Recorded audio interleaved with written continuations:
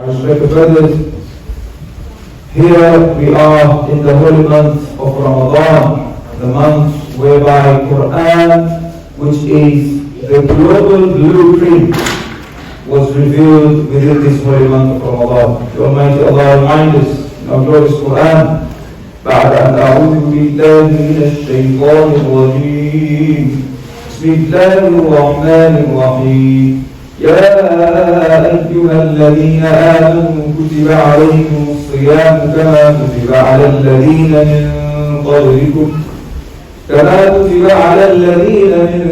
قبلكم لعلكم تتقون.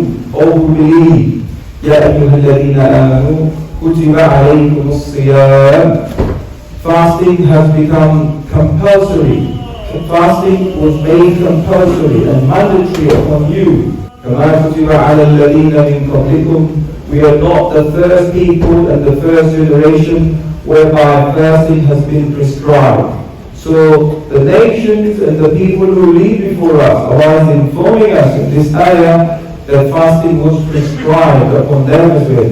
But what is the ultimate goal? And what is the type of fasting that we as Muslims we are supposed to really observe? Because we don't want to embark on fasting as a traditional kind of fasting. We do know that some of us, we do these pillars of Islam, we perform pillars of Islam as part of our ritual, as part of our culture, as part of our tradition.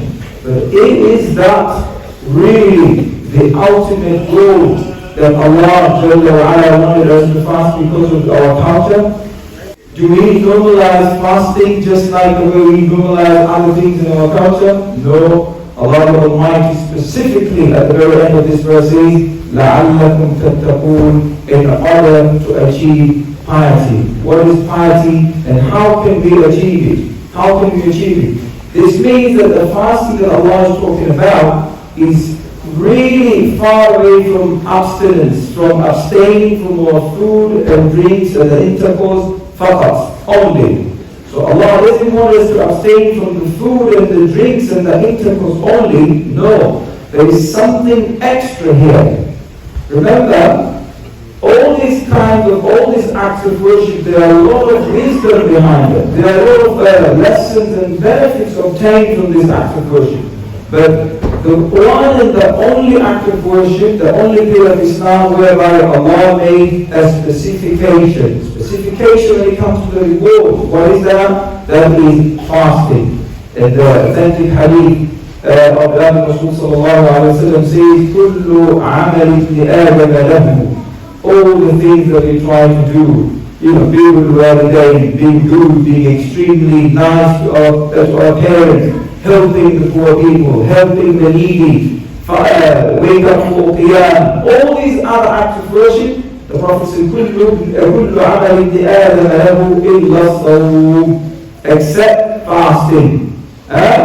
كُلُّ عَمَلِ ابْنِ آدَمَ لَهُ إِلَّا الصَّوْمِ. Why? Because as-sawm li, fasting is mine, wa ana ajzi bihi, and I'm the one who's going to pay. Such a rhetorical question. Someone could ask this: who is paying these other acts of worship? Definitely it's Allah, but the specification here actually symbolizes the emphasis. Allah has put much more emphasis on fasting. Why? Because fasting is not about doing something. Fasting is about giving out. You give up what you really actually used to. You give up your drink, your food, and our lives. This is something, if we can do this, we can abstain from the things which are halal in our day-to-day life, it will become extremely easy for me and you to abstain from things which are haram.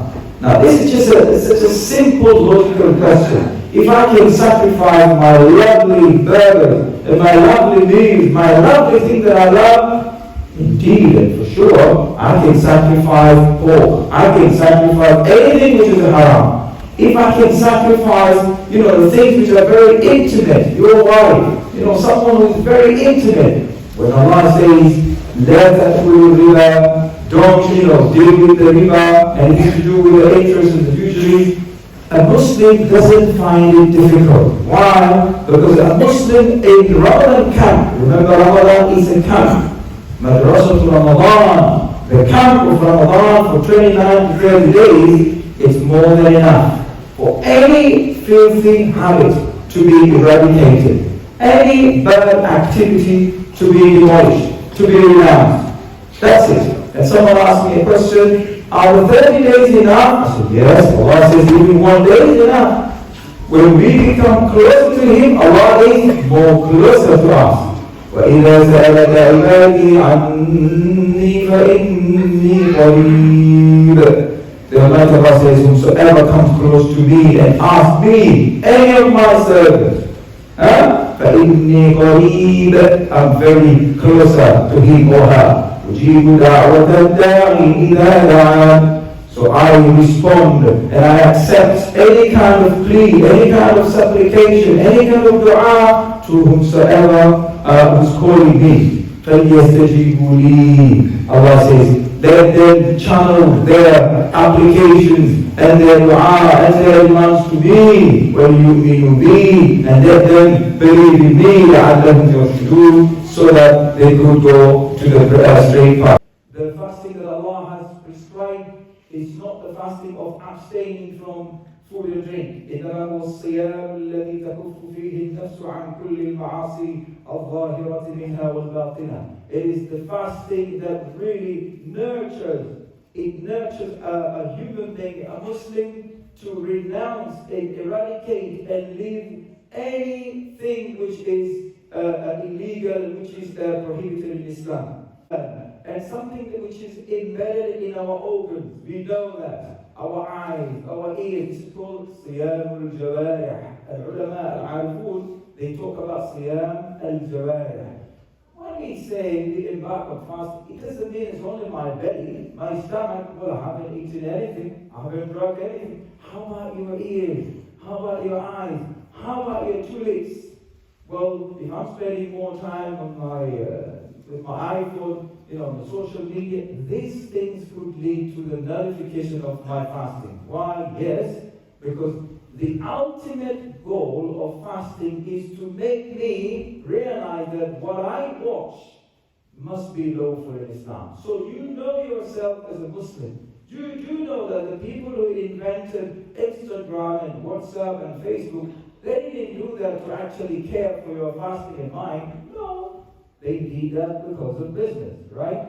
So they're making money out of that. They're making money out of the data, the information which is there. We think it's for free. WhatsApp is for free. It's not for free. They're earning millions, and me and you are part of that. We're not saying it's haram, but we need to be very careful, because as Muslims, we're talking about Siyamul Jawarih, the fasting of the whole entire body. All organs must observe fasting. It's a fasting that nurtures me and cultures me with my entire body. At the end of these 30 days or 29 days, my feet shouldn't go to any haram because of this fasting. My eyes should be nurtured and cultured not to watch. I should be disciplined. You should be disciplined. Any click that comes on my phone, please, I have to renounce it. I have to flick it. Any bad, news which is coming, backbiting, here saying so and so is like that. No, say, brother, I'm fasting. 30 days should nurture us not to be the nosy people. Rasul sallallahu alaihi wasallam said, "In husn al-Islam, al-mar'i tarkuhu ma la ya'nih." A Muslim, a cultured and well-nurtured Muslim, is the one who stays away from things which don't concern him, basically. Things that don't concern me, things which are out of my business, as a Muslim, I should stay away from that. That is the teaching of Rasul sallallahu alaihi wasallam. No one will have complete iman if he doesn't pray. وَلَا صَلَاةَ لِمَنْ لَا وُضُوءَ لَهُ. And if the wudu is not complete, salah is not complete. وَلَا صَوْمَ إِلَّا بِالْكَفِّ عَنْ مَحَارِمِ اللَّهِ. And fasting will never achieve its aims if somebody doesn't actually leave and renounce maharimullah, every little thing that Allah has made it prohibited. So here we are, my respected brothers. Fasting is not a season. It's not a season of food competition. Our rotis and our chapatis and our samosas, we shouldn't compete to food when it comes to this season. No, this is a season of boosting our spiritual strength. We're talking about the boosters, that we need a strong immune system. That's why we see these officials outside. Yeah, but we need spiritual boosters as well. And Allah Azza wa Jal bihikamihi Jalla wa Ala, for His wisdom, Allah Azza wa Jal, He gave us this whole month whereby the paradise is on sale. You all know that. إذا دخل رمضان فتحت أبواب الجنة. You all know this famous hadith. Shouldn't be theoretical. Shouldn't be like some politicians do, like a lip service. No, it should be a practical, lesson.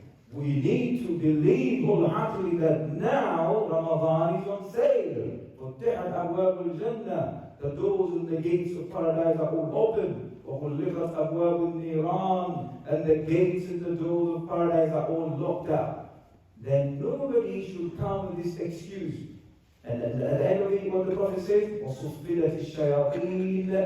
And the main excuse to me and the rest of you, well, I did this, brother, because of shaitan. Shaitan corrupted me. Shaitan deluded me, because that's why I committed adultery. Shaitan deluded me, that's why I tried khamr, alcohol. Shaitan, the Prophet ﷺ says, صُفِّلَتِ الشَّيَاطِينَ. All these shayateen, they are all chained up. With their top leader, Shaitan, the one who was thrown from the Rahmatullah, all of them are being chained. So there is no excuse. But the real Shaitan could be chained, but we have Shayateen ends now. This is the problem. We have Shayateen jinn, the actual Shayateen, they could be locked up. But you have that friend of yours, you have that telly of yours, that's another Shaitan. We have our mobile shayateen, they are with us, they are surrounding us. Yes, because, although the shayateen are locked up, but no one is going to actually come and say, don't look at that, don't listen to that, these programs. No. So we need to be very careful when it comes to understanding the actual meaning of fasting. So some of us perhaps, there are people we don't understand the jawhar, the cream of fasting. The misconception is that I've done my 30 days, I never tried any drink, any food, I've made it. No. What comes after Ramadan, if you become a Muslim al-Jadid, insan Jadid, you become a new reformed person, who will say, yes, congratulations sir, congratulations madam, you've made it, because fasting has really changed you. Fasting has really changed me. That is the intended fasting. عن كباب على المحرمات واقتراف للموبقات فلا صيام له وليس له من حظ إلا الجوع والعطش. So that's why we remind each other, my respected brothers, although there is a season, this is a sale, but if you don't save up for the sale and buy things cheaply, what's going to happen? You're going to have to go and buy the same seed when the price has skyrocketed, has gone up. So this is the season, but we don't want to really underutilize the season. And then we come up as like those people who just remain with hunger, no forgiveness. The Prophet ﷺ says, رَضِمَ أَنْفُمْ رِئٍ. Someone is in total loss. أَدْخَلَهُ أَوْ أَدْرَكَهُ رَمَضَانَ وَلَمْ يُغْفَرْ لَهُ. A person will be in severe loss, total loss, severe failure. He got the access and the opportunity to reach the holy month of Ramadan, like me and you. أَلَمْ يُغْفَرْ لَهُ. And this person didn't get the forgiveness of Allah. We know, my respected brothers, we are full of sins. No one should stand here and claim that he is the holiest person. No. The shuyukh are committing sin, the elders are committing sin, the youngsters are committing sin. We are not here to attack anyone. We are all sinful. كُلُّ ابْنُ آدَمَ خَطَّاء. We are all mistaken. We all do mistakes. وَخَيْرُ الْخَطَّائِينَ التَّوَّابُونَ. And the best people are those people who realize this is the wrong path. I need to go back to the straight path. When it comes to tawbah, no one should think maybe I've done, horrific. Some people, some of us commit horrific crimes. Well, I've killed somebody. I've really done a lot of zina. I've really backbited a lot. I've done mountains of them. So I don't think Allah will take me back. No. Allah gave us this season. What Allah says in Surah Al-Zumar, قُلْ يَا عِبَادِيَ الَّذِينَ أَسْرَفُوا عَلَىٰ أَنفُسِهِمْ. And Allah says, يَا عِبَادِيَ. It's commanding our beloved Rasul sallallahu alaihi wasallam. Tell them, قُلْ Sayyidina Muhammad, يَا عِبَادِيَ الَّذِينَ أَسْرَفُوا عَلَىٰ أَنفُسِهِمْ. Oh, my servants, عِبَادِيَ الَّذِينَ أَسْرَفُوا عَلَىٰ أَنفُسِهِمْ. These people who committed severe, major sins, not like a small, minor thing. No, Allah called them عِبَادِيَ. How can? هذا رحمة الله. For those, the atheists who come and convince some of us saying, oh, if your Lord is Kareem, the most generous, Rahman, Rahim, as you describe it, why then He created hellfire? This is part of their argument. They are trying to corrupt our children, our youngsters, but we tell them, no. Allah created the hellfire. Yes, you need to be punished if you do wrong. Nobody can pass through if you don't work hard. Of course, this is a goal. No, this is a goal. You want to pass, there is a way there. You have to make your revision. You have to do your homework. You have to pass your assignment. And this world is a test. It's an assignment. Whomsoever work hard, we believe you're not going to Jannah according to our actions, because we know our actions are full of discrepancies. They're full of mistakes. So at least when you show the efforts, Allah will pardon you. Allah says, لا تقنطوا من رحمة الله إن الله يغفر الذنوب جميعا. Don't give up with the mercy of Allah. We know you. Allah created us. Allah knows that we are mistakable people. We will commit this crime. But Allah said, come back to me. Keep coming back. And I'll be there for you. And Allah, remember in Surah Al-Baqarah, He said, وَإِذَا سَأَلَكَ. He didn't say, وَإِن سَأَلَكَ. For some of you, I know some of you are competent in Arabic language more than me. Allah didn't use the in ash-sharqiyya. Meaning, Allah didn't use the conditional sentence. He said, if you ask me, I will be closer to you. Allah says, وَإِذَا سَأَلَكَ عِبَادِي عَنِّي. Whether they ask me or they don't ask me, whether they come closer to me or they stay away from me, فَإِنِّي قَرِيبٌ. Subhanallah, بِالنُّونِ التَّوْكِيدِ الثَّقِيلِ. To show that emphasis here, فَإِنِّي قَرِيبٌ. I'm always closer to my people. I'm always there to you. Allah is telling us the paradise now, the gates of paradise are open. There shouldn't be a minor excuse for any one of us here, for Ramadan to finish and to become like a muflis, someone who is penniless, who is bankrupt, no forgiveness, no mercy. And that's why we remind each other as Muslims to make sure that we take really full advantage of the holy month of Ramadan.